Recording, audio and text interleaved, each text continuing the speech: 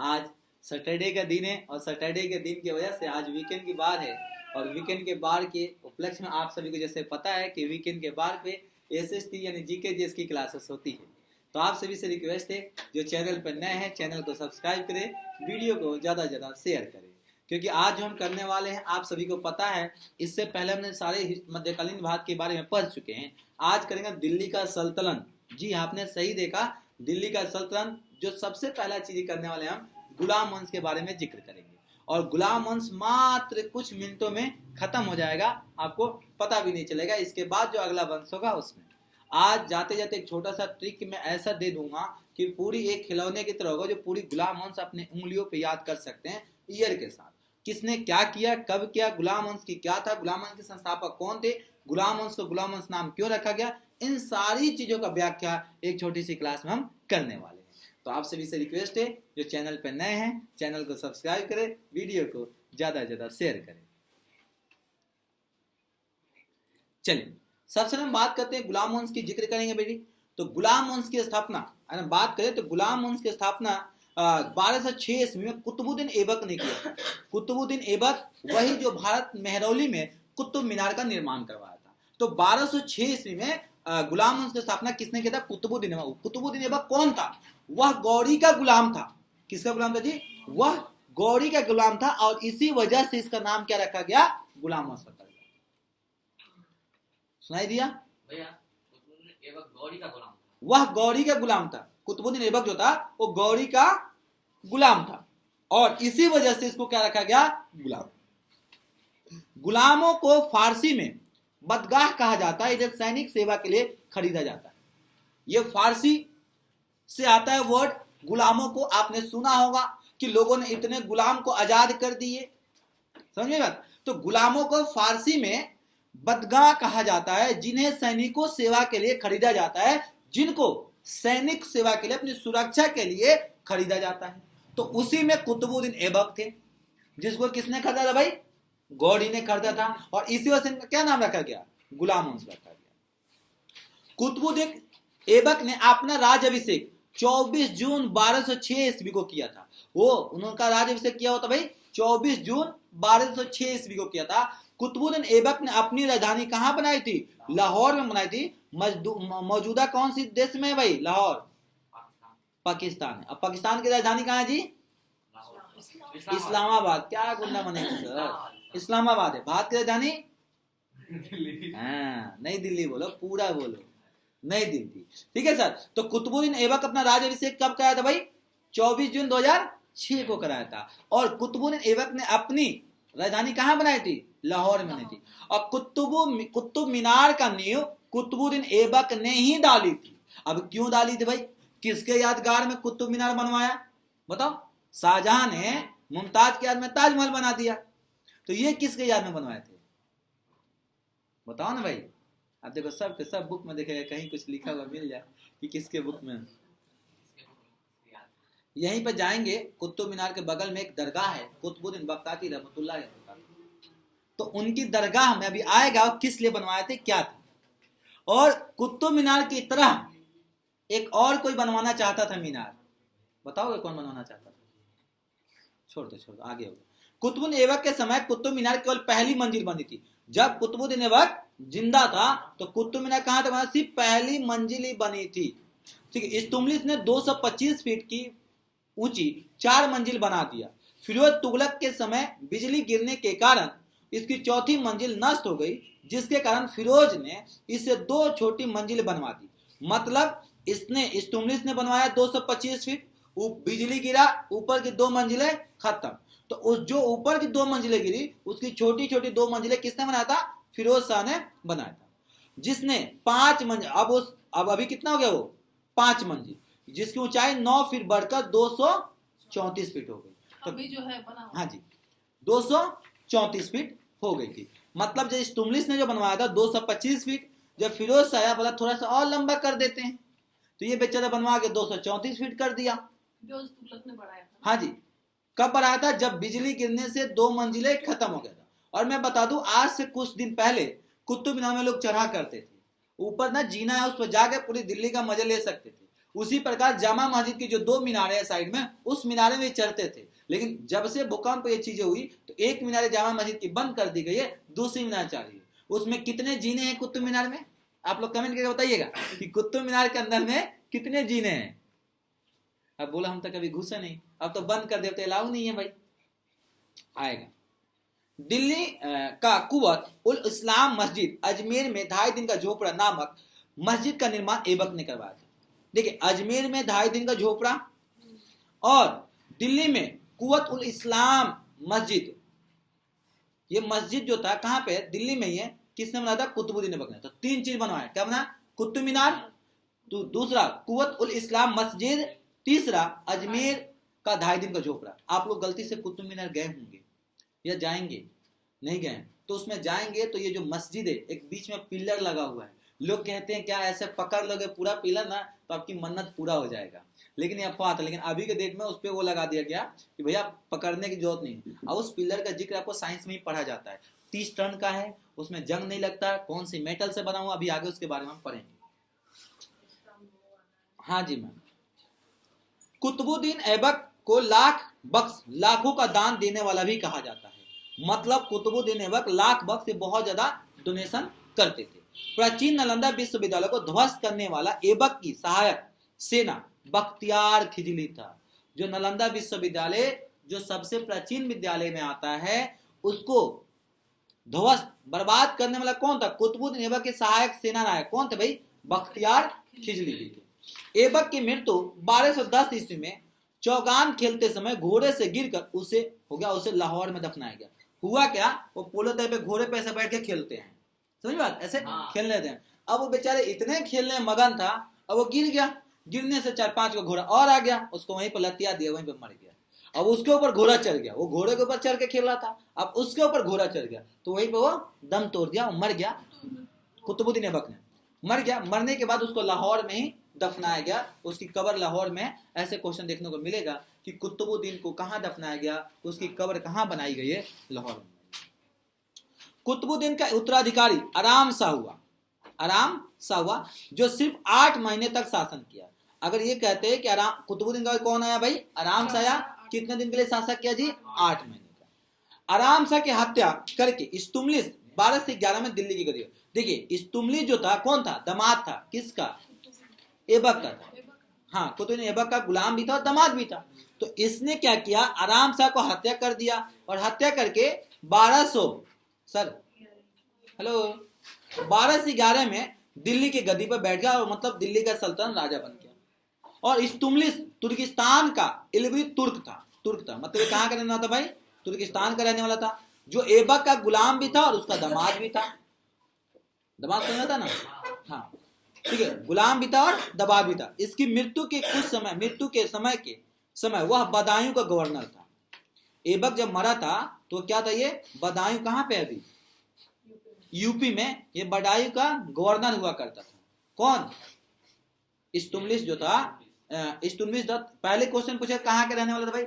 तुर्किस्तान का इल्बरी तुर्क था। दूसरा, जब ऐबक मारा तो क्या करता भाई? बदायूं का गवर्नर था। तीसरा, ऐबक का रिश्ते में कौन था भाई? दामाद था। चौथा, वो किसको हत्या करके वो वहां का दिल्ली का गद्दी पे बैठा भाई? तो आराम शाह कितने दिन के लिए शासन किए भाई? 8 महीने। यहां तक कोई दिक्कत जी? ना बाबा ना।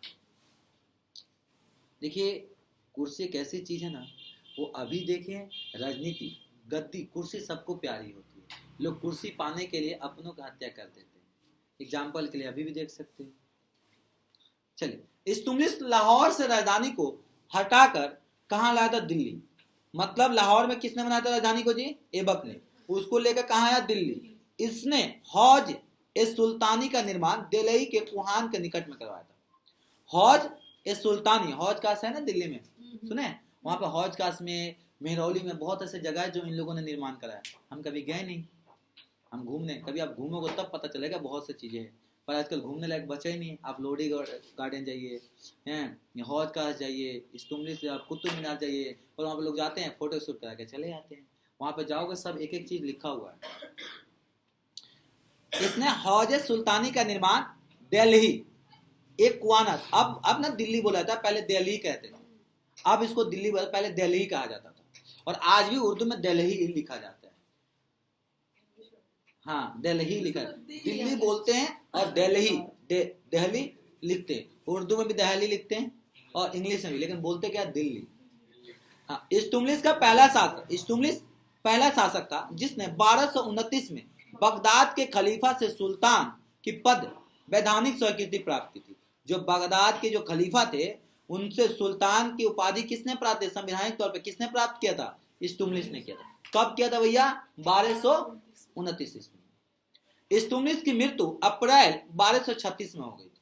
अब इल्तुतमिश की मृत्यु 1236 में हुई थी। अगर मैं क्वेश्चन आपसे ये करूं कि इल्तुतमिश कितने साल तक शासक किया, तो भैया देखो 1211 से लेके 1236, लगभग 25 सालों तक इस गुरुजी ने हमारे शासन किया। कितने सालों तक, 25 सालों तक। अभी मैं इल्तुतमिश को पूरा पढ़ा दूंगा और पढ़ाने के बाद इसकी जो भी उपलब्धियां है लास्ट में आपको बता दूंगा। इल्तुतमिश चंगेज खान से बचने के लिए ख्वारिज्म के सम्राट जलालुद्दीन को इल्तुतमिश ने अपने यहाँ शरण नहीं दी। मतलब चंगेज खान से बचने के लिए जो सम्राट है जलालुद्दीन को इल्तुतमिश ने अपनी जगह उनका शरण, मतलब वो जब युद्ध होता भागा था तो उसको इन्होंने शरण नहीं दी थी। इल्तुतमिश के बाद उसका पुत्र रुकनुद्दीन फिरोज गद्दी पर बैठा। पूरा नाम क्या था, फिरोज। और यही ना 9 फीट बनवाया था कुतुब मीनार को, जो 234 फीट हो गया था। वह एक अयोग्य शासक था। अयोग्य मतलब योग्य नहीं था, उसके लायक नहीं था। इसके अल्पकालीन शासक पर उसकी मां शाह तुर्कान छाई रही। मतलब शासक ये किया और पूरी जोरों शोर में फेमस कौन हो गई थी, इनकी मम्मी, जिनका नाम क्या था, तुर्कान। तुर्कान छाई नहीं था, वो छाई मतलब रही थी, उनका नाम सिर्फ शाह तुर्कान था। तो अगर ये पूछूं, हाँ अगर ये पूछूं कि इल्तुतमिश की वाइफ का नाम क्या था मैम, ठीक है, तो शाह तुर्कान था। और ये किसकी मम्मी थी भाई, तो ये मम्मी थी रुकनुद्दीन फिरोज का। रुकनुद्दीन फिरोज ने क्या किया था भाई, कुतुब मीनार को बनवाया था। कितने मंजिल बनवाया था, 2 मंजिले। उसका हाइट कितना बढ़ गया था जी, याद होते चलेगा। अब देखो इल्तुतमिश तो चला गया, कब मर गया, कब मरा, 1236 मैम अप्रैल में मरा था। 29 में वो क्या हुआ था पता है आपको, वो ये किया था, उपाधि लिया था, किससे, बगदाद वाले से। ठीक है, कुतुब मीनार का निर्माण को पूरा कौन करवाया, भाई दामाद है तो ससुर का काम तो पूरा करना पड़ेगा, इतना बड़ा जिम्मेदारी देके गए तो।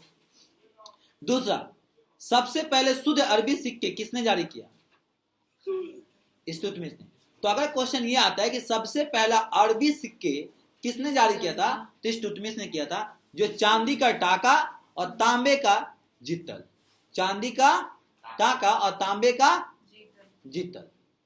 इक्ता प्रणाली चलाई थी इन्होंने, और 40 गुलाम सरदारों का संगठन बनाया था। 40 गुलाम को सरदार, मतलब 40 गुलाम मतलब वही सैनिक, गुलाम समझा था ना, अरबी से लिया गया है।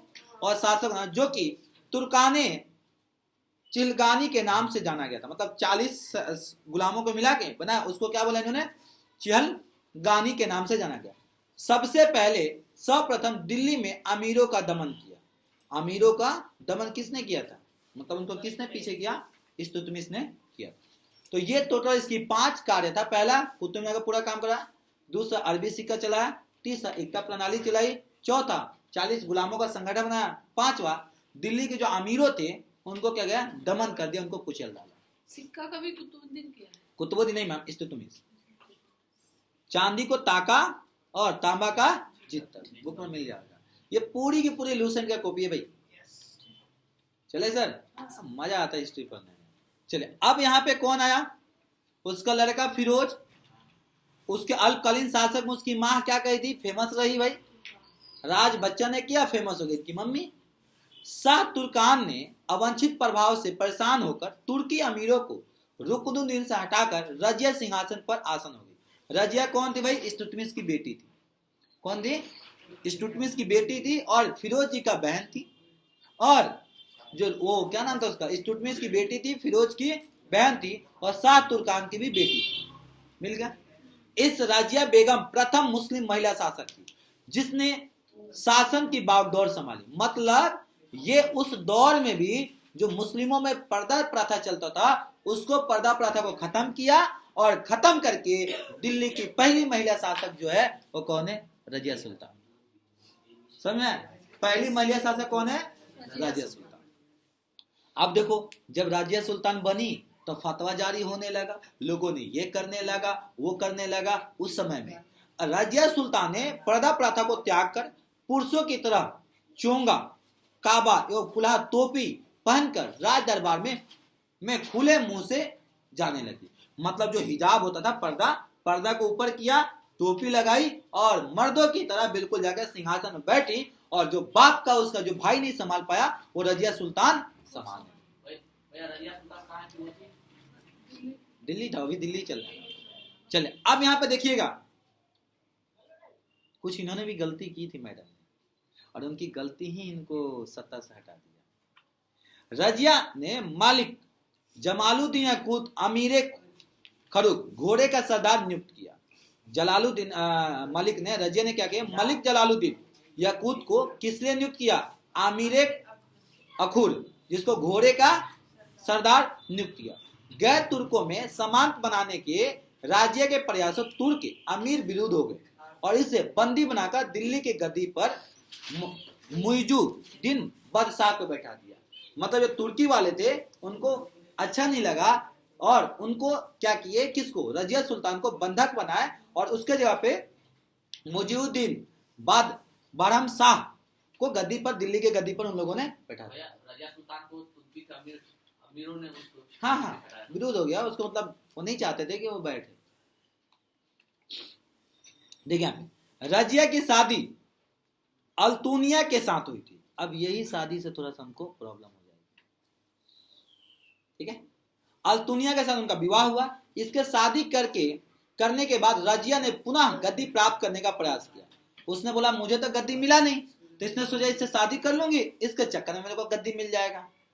लेकिन वह असफल रही। शादी करने के बाद उसे गद्दी पर नहीं बैठ पाई और रजिया की हत्या 13 अक्टूबर 1240 में को डाकुओं के द्वारा कैथल के पास करा दी गई। कैथल इंडिया में, मतलब डाकुओं के द्वारा उसकी हत्या को करा दी गई थी। क्यों कराई गई थी? क्योंकि वो चाहती थी अपनी पति देव मतलब अपने हस्सवर से कि वो गद्दी पे बैठे, क्योंकि उसको गलत तरीका से उसको बंदी बना के गद्दी पे से उसको हटाया था। किसने हटाया था? तुर्की के अमीरों ने हटाया। बहराम शाह को बंदी बनाकर उसकी हत्या, फिर उसका देखो किसको बंदी बना ले गया? बहराम शाह को बंदी बनाकर उसकी हत्या 12 मई 1242 में कर दी गई। उसके बाद दिल्ली का सुल्तान अलाउद्दीन मसूद को बनाया गया। देख रहे हैं सर, एक दूसरे को गद्दी पे बैठने के लिए लोग क्या करें? हत्या करा रहे। रजिया सुल्तान को हत्या कराया गया, उसके बाद बहराम शाह को हत्या कराकर कौन आ गया यहाँ पे? अलाउद्दीन। नहीं बहराम शाह उसका हस्बैंड अल्तुनिया थे। बहराम शाह ये है, ये दूसरे से थे। हाँ ये देखो जो बहराम शाह ना, जो रजिया सुल्तान को हटाया गया था, तुर्कों ने हटा के, जो रजिया सुल्तान हटा के उन्हें बहराम शाह को बनाया था। पूरा नाम नहीं था। बलवन के नेतृत्व को द्वारा 1246 में अलाउद्दीन मसूद को सुल्तान के पद से हटाकर नसीरुद्दीन मसूद को सुल्तान बना दिया। देख रहे हो? मतलब देखिए 1942 4 साल बाद किसको? बहराम शाह को हटाया गया और उसके बाद पे अलाउद्दीन मसूद शाह को सुल्तान के पद से हटा दिया गया और किसको बना दिया गया? नसीरुद्दीन महमूद को सुल्तान बना दिया गया। याद हो गया? मतलब बहराम शाह को मार के अलाउद्दीन मसूद बने और अलाउद्दीन मसूद को हटाकर नसीरुद्दीन महमूद बन गए। ठीक है, मसूद और महमूद दोनों अलग चीज है। भैया इसमें ये भी आ सकता है ना, जो हत्या किया उसके बाद 4 साल शासन किया। हाँ तो मैंने लिख देना भाई 4 साल किया उसने। नसीरुद्दीन महमूद ऐसा सुल्तान था जो टोपी सीकर अपना जीवन निर्वाह करता था।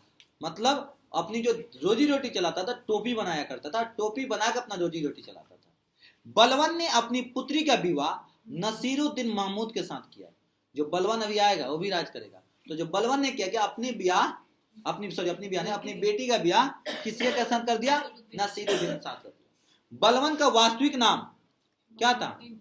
बहाउद्दीन था। ये पेपर में आता है कि बलवन का वास्तविक नाम क्या था। बलवन कौन था भाई? इल्तुतमिश का गुलाम था। किसका गुलाम था ये?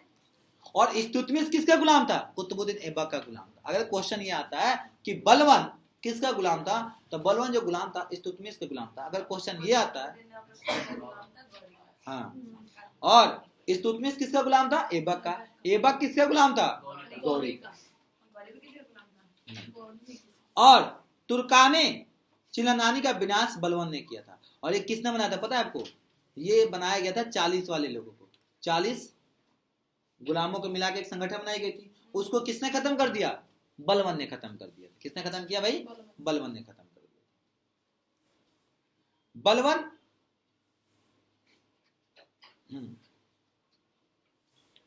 राज दरबार में सिजदा और पेबोस की प्रथा शुरुआत बलवन ने की थी। सिजदा, सिजदा समझ में आता है? जैसे राजा आते तो उसको सर को झुकाना, सिजदा करना। बलवन को फारसी रीति रिवाज पर आधारित नवरोज, फारसी साल का पहला दिन उत्सव को प्रारंभ करा। मतलब फारसी जो होगा साल के जो पहला दिन होगा, आप न्यू ईयर मनाइए। अपने विरोधियों के प्रति बलवन ने कठोर लोहे रक्त नीति पालन किया। जो उसके विरोध थे उसके बहुत ही सख्त लॉ उसने बनाया था। किसने बनाया था भाई? बलवन ने। भाई जब दामाद राजा गद्दी पे बैठ गया तो थोड़ा सा भी ससुर भी तो पावर में आएगा ना। सैया भले कोतवाल तक की बात किधर है भाई?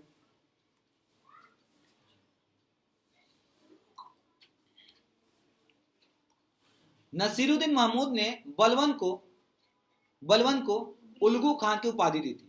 नसीरुद्दीन कौन था इसका? दामाद। अपने ससुर को क्या बोला? उल्गू खान की उपाधि प्रदान की। बलवन आखेट अभियान के बहाने अपनी सेना का लंबी दूरी वकायदा कराकर दुरुस्त कराता रखता था। मतलब अपनी सेना को बिल्कुल व्यायाम वगैरह एक्सरसाइज कराकर। बलवन के दरबार में फारसी के प्रसिद्ध कवि अमीर खुसरो, ये भैया अंडरलाइन कर लीजिएगा, और अमीर हसन रहते थे। ये क्वेश्चन आता है कि बलवन, अमीर खुसरो और अमीर हसन किसके दरबार में रहते थे भाई? बलवन के दरबार में रहते थे। किसके दरबार में रहते थे? बलवन। और गुलाम वंश का अंतिम शासक शमसुद्दीन कैमुर्स था। शमसुद्दीन, गुलाम वंश का अंतिम शासक कौन था? कैमुर्स। ठीक है, कैमुर्स था, र को ऊपर लिया गया, कैमुर्स था। अब यहाँ पे जल्दी से रिवाइज किया। गुलाम वंश का पहला शासक ऐबक। ऐबक किसका गुलाम था? गौरी का। गौरी कहाँ का था? तुर्की का। ठीक है, अब क्वेश्चन ये आता है कि अंतिम शासक शमसुद्दीन कैमुर्स था। अच्छा, गुलाम ऐबक के बाद कौन आया? आराम सा। आराम सा के बाद आराम सा नहीं आता। नहीं, ये तो तीसरा नंबर का मैम, क्या गुंदा बनोगे? कुतुबुद्दीन ऐबक था। ऐबक आराम सा है उसका बेटा ना, आगे लाइन पे। ठीक है, अब थैंक यू। देखिए, अब यहाँ पे चाहो तो मैं कर सकते हैं काम। सबसे पहले था कुतुबुद्दीन ऐबक। कुतुबुद्दीन ऐबक था, तो चलिए इसको मैं लिख के बताता हूँ। हाँ, इसको अलग बना दूंगा मैं। आज कितने, अगले क्लास में मिलते हैं। Thank you, tata, bye bye, जय हिंद, जय भारत। जल्दी से रिवाइज कर लीजिए आप। देखो, सबसे पहले कौन था? कुतुबुद्दीन ऐबक। कुतुबुद्दीन ऐबक जो था जी, कुतुबुद्दीन ऐबक 1206 से लेके 1210 ईस्वी तक। दूसरा है आराम शाह जो 1210 से लेके 1211। तीसरा इल्तुतमिश कितना था? 1211 से लेके 1236, लगभग 25 साल राज किया। आराम शाह 1210 से 1211, 8 महीने था। ठीक है, उसके बाद आया था उसका बेटा फिरोज। फिरोज कितना था भाई? 1236 में चला गया, 8 महीने। हाँ, क्योंकि उसी समय। उसका कौन सा आया था भाई? रजिया सुल्तान। रजिया सुल्तान कब थी भाई? 1240 से लेकर, सॉरी 1236 से लेके 1240 तक। ठीक है, उसके बाद कौन आया था? रजिया सुल्तान के बाद कौन आया था? बहराम शाह, 1240 से लेके 1242 तक। उसका कौन आया था बहराम शाह के बाद? ठीक, अलाउद्दीन मसूद था, 1242 से लेके 1246। उसका आया था 1246 से लेकर 1265। कौन था? नसीरुद्दीन महमूद था। उसका गयासुद्दीन बलवन आया था। बलवन 1265 से लेकर 1287, और 1287 से लेके 1290 में कौन था? मोइनुद्दीन थे। उसके बाद लास्ट में कौन था? 1290 में राज कौन किया था भाई? कैमुर्स ने किया था। ठीक है, तो इसको याद करने का बहुत अच्छा तरीका है। भैया वहाँ पे 65 हुआ कि 66 होगा? कहाँ पे? वहाँ पे 46 का बाद 46 से 65 65 से 87 46 से 65 है, 65 से 87 है, 87 से 90 है। पर बलवंत तो 66 में 66 में गद्दी पे बैठा ना कौन? बलवन। बलवंत बोलो 66 में देखो एक बार, हाँ ये अपने पास ही रखे ना। यासुद्दीन बलवंत के नाम से। हाँ बलवंत 66 में था। हाँ तो 66 से लेके 87 है।